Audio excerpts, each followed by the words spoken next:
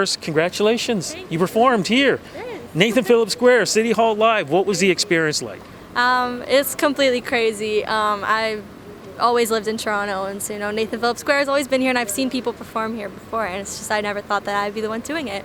But it's really cool just because there's so many people around, and people are actually stopping to pay attention, which just makes it a lot easier on me as a performer, and it was really, really, really fun. Well, like I said, you did an amazing job. You have really a great balance of pitch, lyrics, song choices, things like that. Where did this all come from? Because you're a Torontonian, correct? Yes, yeah, just outside of Toronto. So yeah. How did this all start for you?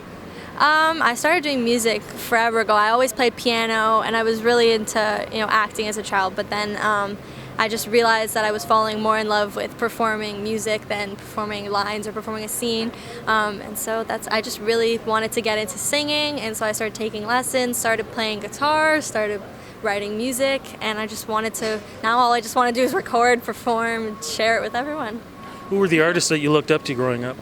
Growing up, I can't even name that. Like, don't even ask me that. I'm asking. I asked the hard questions. So, the people that really got me into performing, they're so random. One of them was Billy Joel. I used to watch a lot of singing shows, and I would hear people like Billy Joel, Elton John, and I would hear these like classic rock songs. I'm like, wow, these tell such great stories. I want to write music like this one day.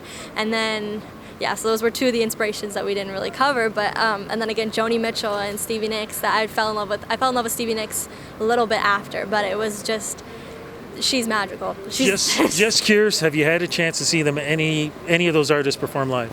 My dad took me to Billy Joel when I was much younger, a few years ago.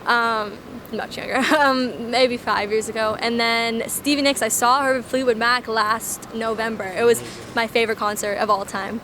They're crazy. So what kind of stories do you like to tell through your music? I like to tell stories that I've been through or that I've related to, and I sort of use, symbols or metaphors, whatever poetry, literary terms you want to use, to try and get my message across. So like Lighthouse was a story of trying to be there for someone that just kept pushing you away. And Lighthouse is one of your songs? Lighthouse is one of my songs, yeah, and it's just sort of about being there for someone who keeps trying to push you away, and you just feel like you're so alone, you're just standing there and you're trying to guide them like silently because they're just not taking any help. And so, that's just one metaphor that I was using to try and tell my stories across. But they're all stories that anyone could relate to, whether you're 40 years old or whether you're even like 16, 17. And so, I like to be able to connect with everybody and sort of just take a symbol or a metaphor and kind of use it to grab people's attention and kind of make them wonder what you're talking about and like look deeper into the meanings. Now that song is from your latest EP, correct? Yes, Lighthouse is my favorite off of the EP. And the EP is? The EP is Possibilities. I got a CD. Why Possibilities? Why that name? So one of my older singles, Not Goodbye, the first line is the possibilities, and that was the first line that we wrote, and we sort of really liked that word. I just really connected with that word, and I tried to write a song called Possibilities, and that ended up being the first song that I felt really comfortable with as a writer, and that story was just something that really, really inspired me to keep writing more songs. And so then I just decided to call the whole album Possibilities after that one song, because it sort of was what inspired all the rest of my songwriting. Now you're going to be off to Boston soon for school, but where do you want to see your career in the next 2, 3 years, 5 years from now? I'm actually going to go into music business and sort of songwriting stuff, so more into the labels and publishing kind of side.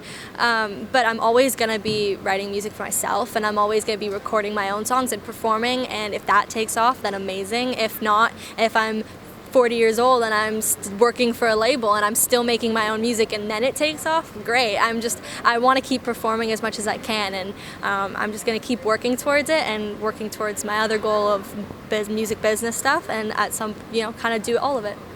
So where can we find you? Because it sounds like you're going to be all over the place. So social media is the place to go. Where can we find you? On Instagram, it's Allegra Jordyn Music. I'm sure you'll probably put the spelling above, but it's Allegra with 2 L's and Jordyn with a Y. So it's Allegra Jordyn Music on Instagram, and then just Allegra Jordyn anywhere else.